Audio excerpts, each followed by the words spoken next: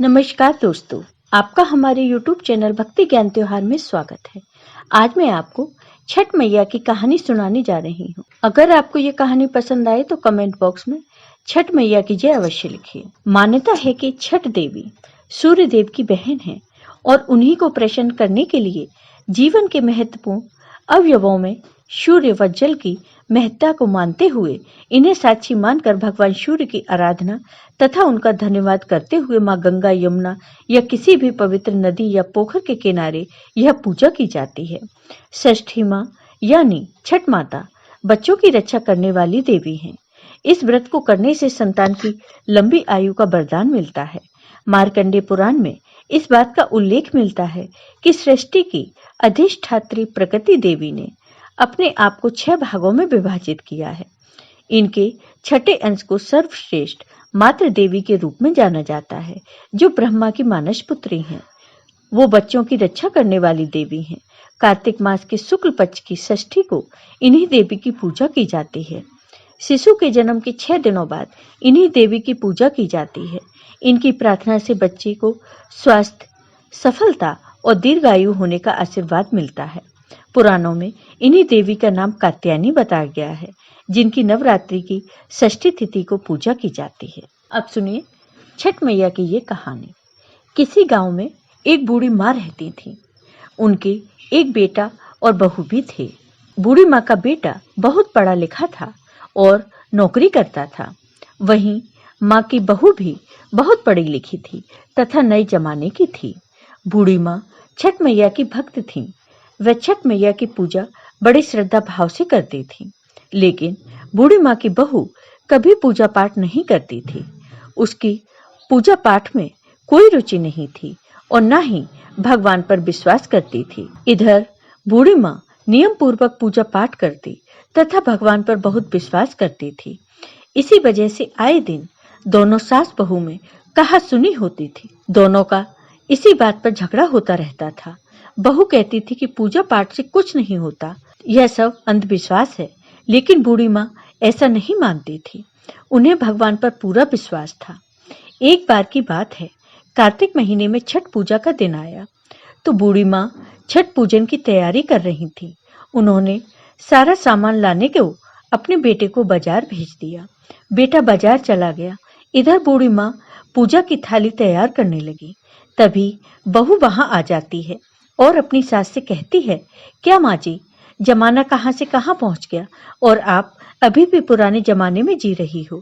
पूजा पाठ करने से कुछ नहीं होता, कोई छठ मैया नहीं होती, ये सब बेकार की बातें हैं, ये सब अंधविश्वास की बातें हैं। तब सास अपनी बहू से कहती है, बहू, इतना घमंड अच्छा नहीं है। माना कि तुम पढ़ी लिखी नए जमाने की हो, लेकिन तुम्हें भी पूजा पाठ पर विश्वास रखना चाहिए और तुम्हें भी छठ मैया की पूजा करनी चाहिए। छठ मैया तुम्हारी सब मनोकामना पूर्ण करेंगी।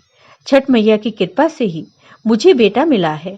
अगर तुम भी छठ मैया की पूजा करोगी तो तुम्हारी भी गोद भर जाएगी। यह सुनकर बहू और ज्यादा गुस्सा हो जाती है और अपनी सास से लड़ने लगती है। दोनों में पूजा को लेकर झगड़ा हो रहा होता है। तभी बूढ़ी माँ का बेटा सामान लेकर बाजार से आ जाता है।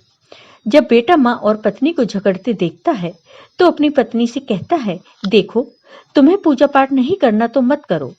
तुम्हें भगवान पर विश्वास नहीं है तो न सही, लेकिन मेरी माँ से झगड़ा मत किया करो। अब तुम जाओ और तैयार हो जाओ, हम सब छठ मैया की पूजा करने घाट पर चलेंगे।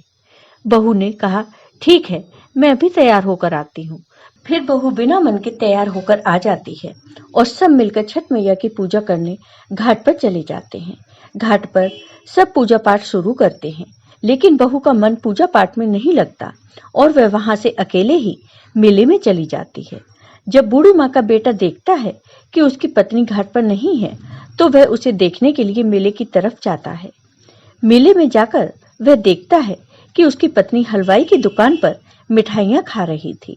वह अपनी पत्नी के पास जाता है और उससे कहता है कि तुम पूजा होने तक माँ के पास ही बैठती, पूजा में भाग लेती, उसके बाद यहाँ आकर मेला देखती और मिठाइयाँ खाती। चलो अब पूजा में माँ के साथ बैठना। लेकिन उसकी पत्नी ने पूजा में जाने से मना कर दिया और कहने लगी, मुझे नहीं करना पूजा पाठ, तुम ही जाओ अपनी माँ के पास। वह लड़का अपनी पत्नी को वहीं छोड़कर माँ के पास आ जाता है। फिर वह घाट पर नहाने जाता है। लड़का जैसे ही पानी में जाता है वह डूबने लगता है। वह जोर जोर से चिल्लाने लगता है, कोई मुझे बचाओ, कोई मुझे बचाओ। लेकिन कोई भी उसकी आवाज को सुन नहीं पाता और वह पानी में डूब जाता है। जब बूढ़ी माँ को पता चलता है कि उसका बेटा पानी में डूब गया तो वह जोर जोर से रोने लगती है और छठ मैया से कहने लगती है, हे छठ मैया, मैंने हमेशा तुम्हारी पूजा की है, बड़ी ही श्रद्धा पूर्वक तुम्हारा पूजा पाठ करती आई हूँ। मुझसे ऐसी क्या गलती हो गई जो तुमने मेरी कोख सूनी कर दी। मैं तो घाट पर तुम्हारी पूजा करने आई थी। हे छठ मैया, तुमने ऐसा क्यों किया? मुझे इतना दुख क्यों दिया? उधर मेले में सभी लोग चिल्ला रहे थे, कोई पानी में डूब के मर गया, कोई पानी में डूब के मर गया।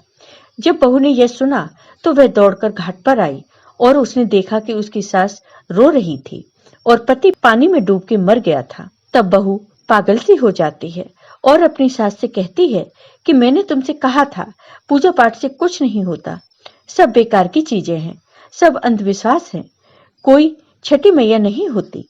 लेकिन तुमने मेरी बात नहीं मानी। अब तुम्हारी वजह से मेरा पति पानी में डूबकर मर गया।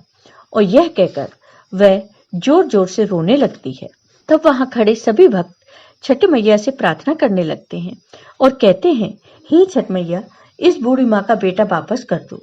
माँ तो दयालु है, सबकी विनती सुनती हैं। तभी नदी में एक लहर उठती है और लहर के साथ ही बूढ़ी माँ का बेटा वहां आ जाता है। उसे देखकर सब बहुत खुश होते हैं। बूढ़ी माँ अपने बेटे को देखकर जोर जोर से रोने लगती है और बहू भी अपने पति को देखकर खुशी से जोर जोर से रोने लगती है। वहां खड़े सभी भक्तों के भी आंखों में आंसू आ जाते हैं। तभी अचानक वहां छठ मैया प्रकट होती हैं और बहू से कहती हैं कि मेरी बेटी, मैं कभी भी अपने भक्तों का बुरा नहीं करती। मैंने तुम्हारे अंदर से अज्ञानता का जो पर्दा पड़ा है उसे हटाने के लिए ही तुम्हारे पति को डुबोया था। तो हे पुत्री, मैं अपने भक्तों को कभी कष्ट नहीं देती। जो मेरी पूजा अर्चना करते हैं मैं कभी उन्हें दुख नहीं देती, कभी उनकी गोद सूनी नहीं करती। इतना कहकर छठ मैया वहां से अंतर्ध्यान हो जाती हैं। फिर बहू के मन में भी पूजा पाठ करने की जिज्ञासा होती है और वह अपनी सास के साथ छठ मैया की पूजा बड़ी श्रद्धा भाव से करते हैं।